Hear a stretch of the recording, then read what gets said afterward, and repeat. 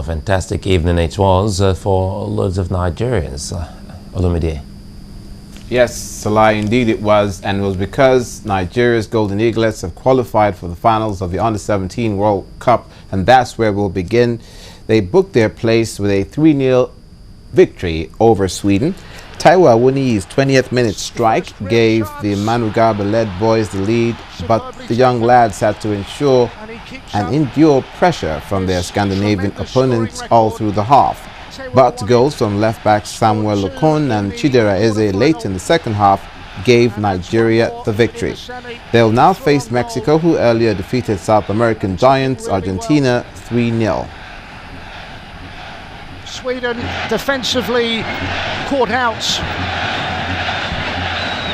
The through ball and the first time finish.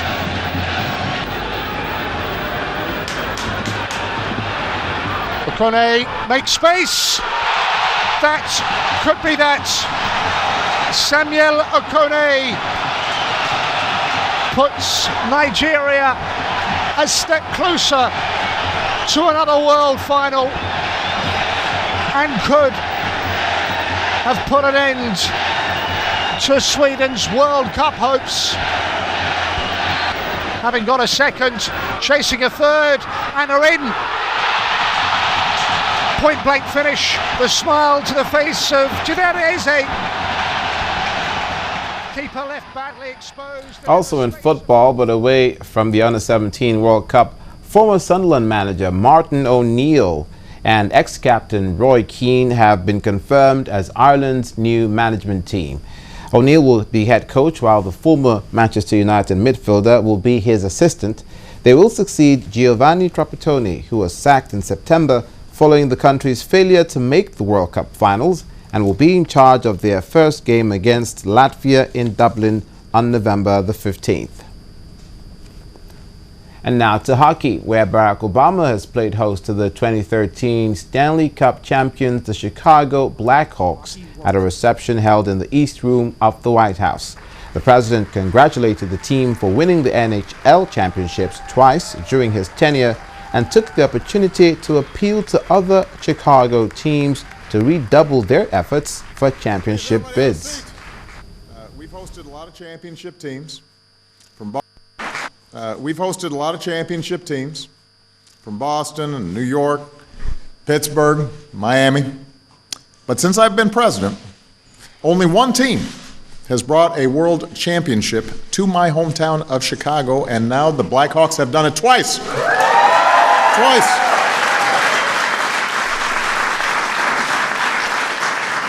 So congratulations again to the Blackhawks, to the Bulls, Bears, Cubs, White Sox. I am term limited, so you guys got to get moving. I need to see you here soon. Championships belong in Chicago. So to the Blackhawks, thank you for bringing it back home. Thanks for bringing the Stanley Cup. U.S. President Barack Obama. Finally, some horse racing news. Fiorente prevailed in a furious sprint down the final straight to fend off British stayer Red Cadeau and win the $6.43 million Melbourne Cup at Flemington Racecourse. Runner-up to Green Moon last year, Fiorente enjoyed a perfect ride from jockey Damien Oliver, who timed the 6-year-old horse's run to perfection to seal one of the world's richest races by 3/4 of a length. The win was sweet redemption for three-time winner Oliver, who a year ago was embroiled in a scandal amidst an illegal betting probe.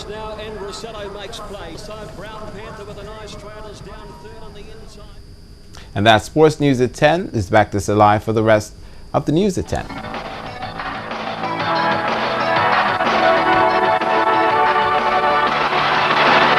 Now, hundreds of Britons have staged a protest near the UK Parliament over what they describe as inhuman austerity measures. The protest, organised under the umbrella of the People's Parliament, drew citizens of all ages to Westminster in protest over health insurance cuts, steep energy prices and reduction in benefits to the poor. Our London correspondent Doris Okanwa reports that the organisers of the campaign called on the British government to define priorities and reduce high military budgets. A major highlight of the protest was the burning of bills, a clear sign of disagreement with the harsh realities in the country. We believe that it is an absolute disgrace that at the same time as the government saying that there's no money for education, that there has to be cuts to the NHS, that all sorts of welfare has to be slashed, they are continuing to spend billions and billions of pounds on foreign wars that the vast majority of people think shouldn't be taking place. The military budget in Britain, the fourth largest military budget in the world, is £45 billion. That would be enough to wipe out the cuts that they're proposing to the NHS twice over. 40 days occupation of Afghanistan would be enough to save all the money that's been saved by the bedroom tax, so that could be scrapped. Well, also on the foreign scene, the past has come calling for over 150 soldiers in Bangladesh. They've been sentenced to death for murder, rape and arson, which occurred during a 2009 mutiny. Our Foreign Affairs correspondent Temitope Fagbemi tells us more on this and others. Court in Bangladesh has sentenced at least 152 soldiers to death over a bloody border guard mutiny in 2009. More than 150 others, mostly border guards, were given life sentences. 74 people, including 57 army officers, were killed in the mutiny at the headquarters of Bangladesh border guards in Dhaka in February 2009. Now, Syria is still very much in the news. The UN Arab League envoy Lakhdar Brahimi has met with US and Russian diplomats to try to pave the way for a Syria peace summit.